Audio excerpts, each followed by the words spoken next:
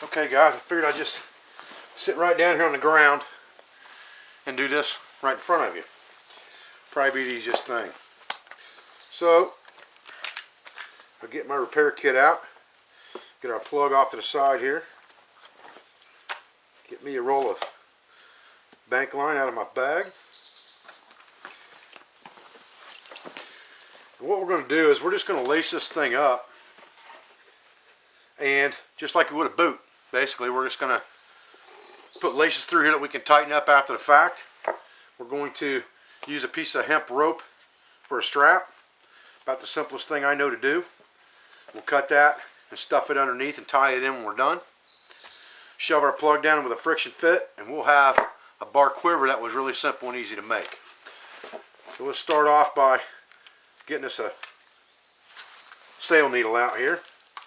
Unfortunately, I'm going to have to put the helpers on here because my eyes aren't too hot.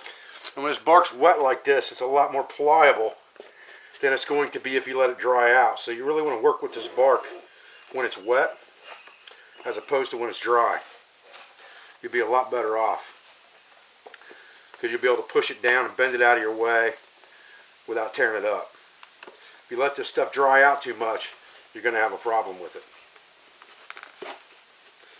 But again, this is where these things like sail needles really shine, is when you're trying to make stuff or repair stuff that's heavy duty like this bark is, you know, and you're trying to push something through it, whether it's natural cordage or whether it's bank line.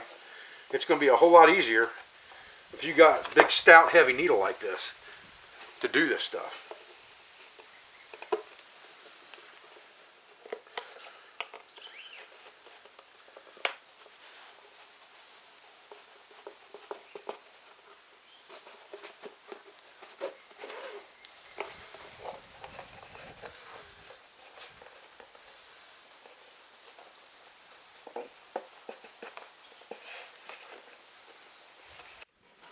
Okay, so we've got one side laced in.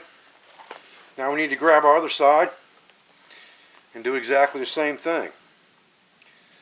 Then we can put a strap down on there, tighten the laces down, and jam our plug in there for a good friction fit.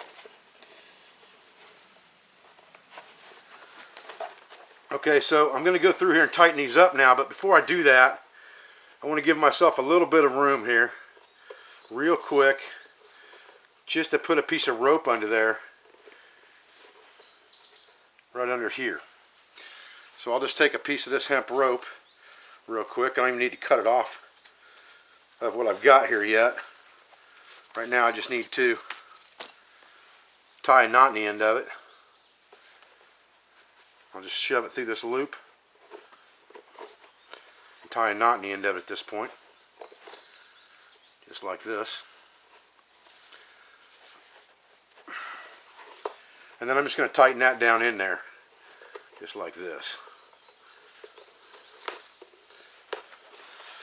Okay, that's got that pretty tight. Now, what we need to look at is our plug situation, and I think it's going to go down in the bottom this direction.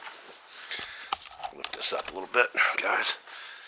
I think we're going to drop it down in here this way, like this. See how it fits in there better? It's pretty good. We ought to just be able to tap it down in with our axe all the way to the bottom, just like this.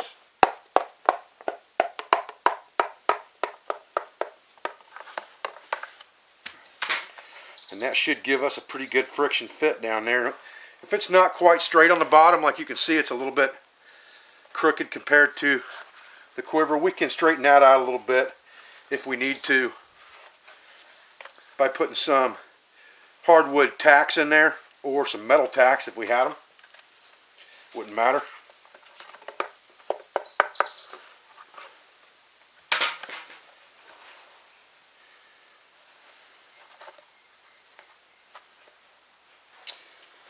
We've got a little bit of a split out right here in the bark.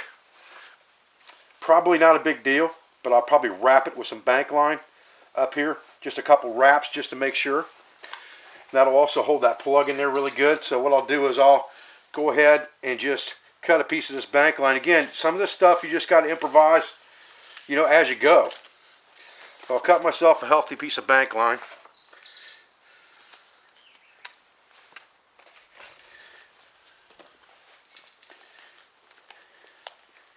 Get myself a tail to work with here. Let's see, how do I want to wrap this? Start off with a timber hitch, just like this. Go around the bottom of this dude, and we'll use that to self-tighten it. Start it out with right there at the bottom.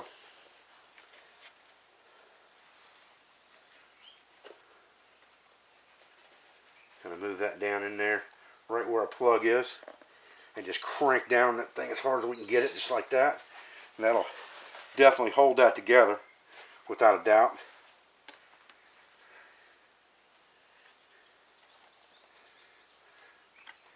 Get ourselves a tag to play with here in the end. What I really like about this bank line is it just binds to itself so good. Get those wraps as neat as we can get them, and just crank down on them at every turn. And if we get 5 or 6 wraps around that thing, we're going to be in dandy shape for sure.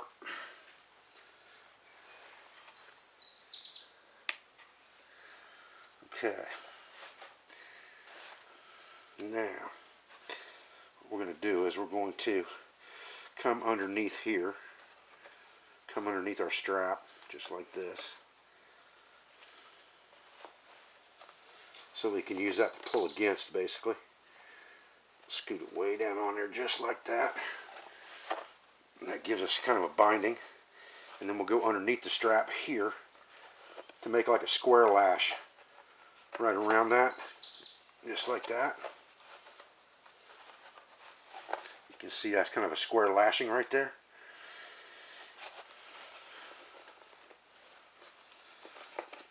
Like to have gotten one more wrap around that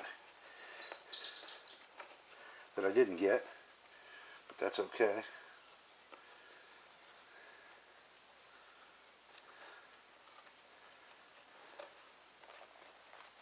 It's going to be pretty tight.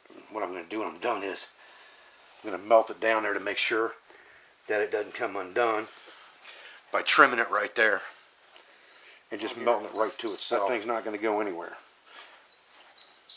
We can trim this up a little bit if we want to on the bottom, right here where that cord's a little bit off, or where that cork's a little bit off. We can just take and trim that bark right off right there, just like that, to get that evened up. Not a big deal at all. Tap that down in there just a little bit more. Okay, that's pretty good. That's pretty good. Now, let's go back up here to the top and decide what we're going to do to finish this off, because this is going to be our strap right here. So let's get this thing a little bit longer than we're going to need it and cut that off. And then we can finish that off with just a square knot here. Easy enough. And we can leave those tags hanging. It's not a big deal. But that's going to give us a good, usable quiver for our arrows for sure. Guys, I appreciate you joining me today for this video on how to make a bark quiver out of tulip poplar. Tulip poplar is one of my very favorite trees in the eastern woodlands. There's lots and lots of them out here at the Pathfinder School. That tree that we cut down to make this quiver will not go to waste. It wasn't just cut down for sake of making a quiver.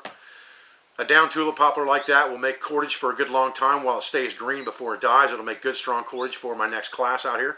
When it dies off, it'll make great bird nests, bow drill fire sets, and things of that nature. So that tree will be used until it's gone, let me tell you.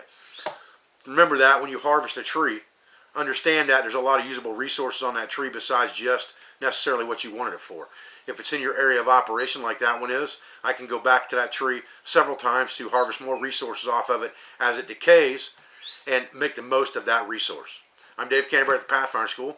I thank you for your support. I thank you for your views, comments, everything that you do for me, for my school, my family, my affiliates, sponsors, and friends. I'll be back with another video as soon as I can. Thank you, guys.